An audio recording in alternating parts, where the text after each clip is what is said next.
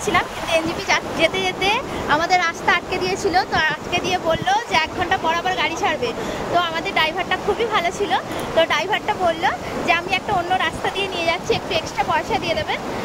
তো সেই এক্সট্রা পয়সা আমরা বললাম ঠিক আছে দিয়ে দেবো। তো অন্য রাস্তা দিয়ে নিয়ে আসার সময় আমাদের একটা সুন্দর, এত সুন্দর একটা জায়গা নিয়ে এসে নামালো। আমরা বললাম যে আমরা একটু এখানটা ওয়েট করবো, চলো তোমাদের সাথে সেটাই শেয়ার করে দিই।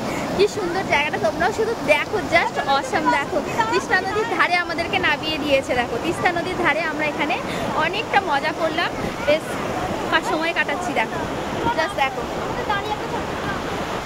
কি সুন্দর লাগছে। দেখো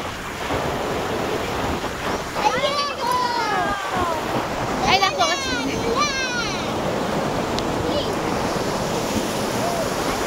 সবাই মিলে ছবি তোলা হচ্ছে।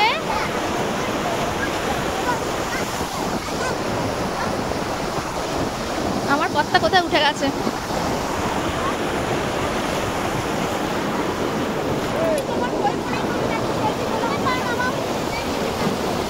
জলটা কেমন বয়ে যাচ্ছে চারিদিক দিয়ে, কি সুন্দর লাগছে। পুরো জলটা বয়ে যাচ্ছে।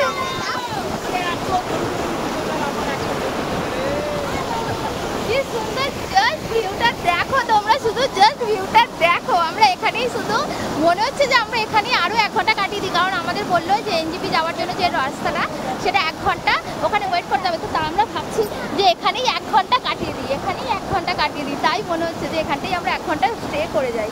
এত ভালো লাগছে, এত ভালো লাগছে।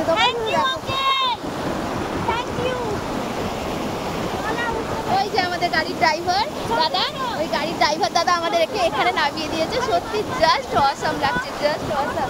তোমরা শুধু দেখো, আমরা এখানে প্রচুর মজা করলাম।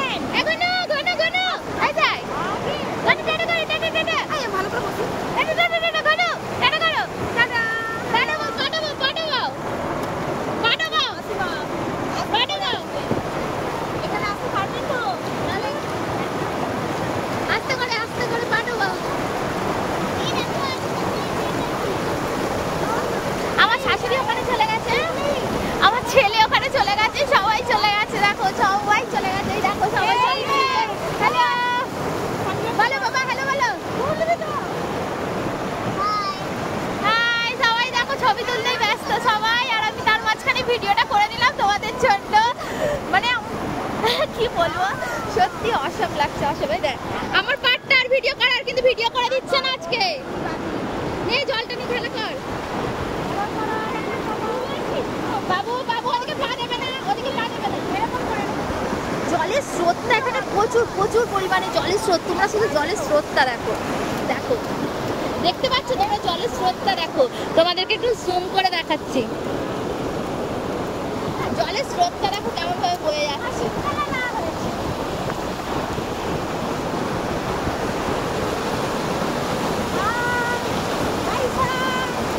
বাবু আসো না, মামা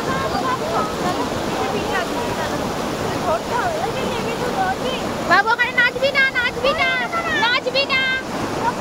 ভয়ও লাগছে এখানে, কারণ অনেক পাথরের জলের স্রোতটা এখানে প্রচণ্ড পরিমাণে জলের স্রোত, প্রচণ্ড প্রচণ্ড পরিমাণে জলের স্রোত।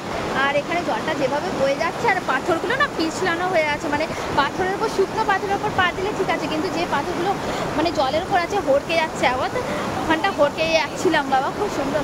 যাকে তোমাদের সঙ্গে এই ভিউটা শেয়ার করে আমার দারুণ লাগলো। আমরা আজকে এনজিপি ফেরত যাচ্ছি। আজকে আমাদের ট্রেন আছে 4:30টার সময়, আমরা এনজিপি চলে যাবো। এনজিপি থেকে আমাদের ট্রেন আছে, চলো।